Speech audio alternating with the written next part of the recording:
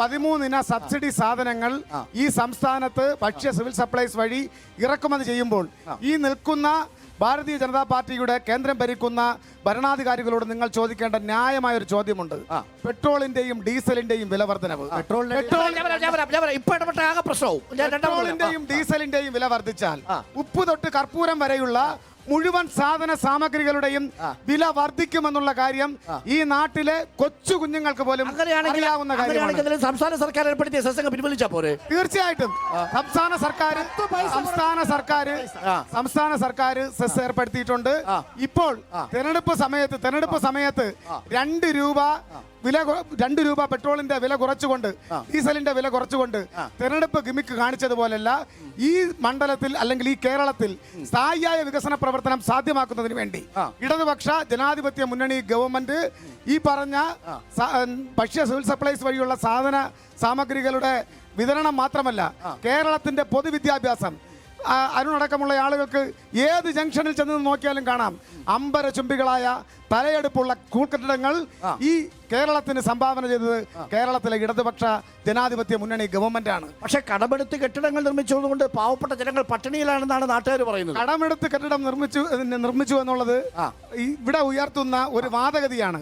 അതിനപ്പുറത്തേക്ക് ഈ കെട്ടിടം യാഥാർത്ഥ്യമായില്ലെങ്കിൽ ചോർന്നൊലിക്കുന്ന കെട്ടിടത്തിൽ നിന്ന് പാവപ്പെട്ടവന്റെ മക്കൾ പഠിക്കണമെന്ന പിന്തിരിപ്പൻ ന്യായമാണ് അങ്ങ് ഉന്നയിക്കുന്നത്. അതൊക്കെ ശരിയാണ്. പക്ഷേ എങ്കിലും നിങ്ങൾ ഈ ലോക്സഭാ തെരഞ്ഞെടുപ്പ് അതൊക്കെ സംസ്ഥാന സർക്കാരിന്റെ നേട്ടങ്ങളായിട്ട് നിങ്ങൾ പറഞ്ഞോളൂ. ഇത്തവണ ലോക്സഭയിലേക്ക് നിങ്ങൾ ഇവിടെ നിന്ന് മാറ്റിങ്ങളിൽ നിന്നും ബിജെപിയെ പാർലമെന്റിലേക്ക് അയക്കുന്നത് കൊണ്ട് എന്താണ് നേട്ടമുണ്ടാവുന്നത്? നിങ്ങൾ ഈ നരേന്ദ്രമോദി സർക്കാരിനെതിരെ ഒരു സർക്കാരാണ് ആഗ്രഹിക്കുന്നതെങ്കിൽ ഏറ്റവും വലിയ ഒറ്റക്കക്ഷിയെ കോൺഗ്രസ് വരണ്ടേ? ആറ്റിങ്ങൽ പാർലമെന്റ് മണ്ഡലത്തിനൊരു ചരിത്രമുണ്ട്. ചിറയും കീഴിന് ആ ചരിത്രം എന്ന് പറയുന്നത് വർക്കല രാധാകൃഷ്ണനെ പോലെ, സുശീല ഗോപാലനെ പോലെ, എ സമ്പത്തിനെ പോലെ, തലേക്കുന്നിൽ ബഷീറിനെ പോലെ വളരെ പരിണിതപ്രജരായിട്ടുള്ള പാർലമെന്റ് അംഗങ്ങളെ ഇന്ത്യൻ പാർലമെന്റിന് സംഭാവന ചെയ്ത ഫണ്ട് തന്നെ ബാക്കി 11 ലക്ഷം രൂപ എങ്ങാണ്ടേ ബാക്കിയുള്ളൂ. ബാക്കി എല്ലാ പണവും അദ്ദേഹം ചെലവഴിച്ചു കഴിഞ്ഞു മണ്ഡലത്തിൽ. അല്ലല്ല, ഞാൻ സൂചിപ്പിച്ചത് അദ്ദേഹത്തിന്റെ സാന്നിധ്യം ഈ മണ്ഡലത്തിലും ഉണ്ടായിട്ടില്ല. അദ്ദേഹത്തിന്റെ സാന്നിധ്യം പാർലമെന്റിലും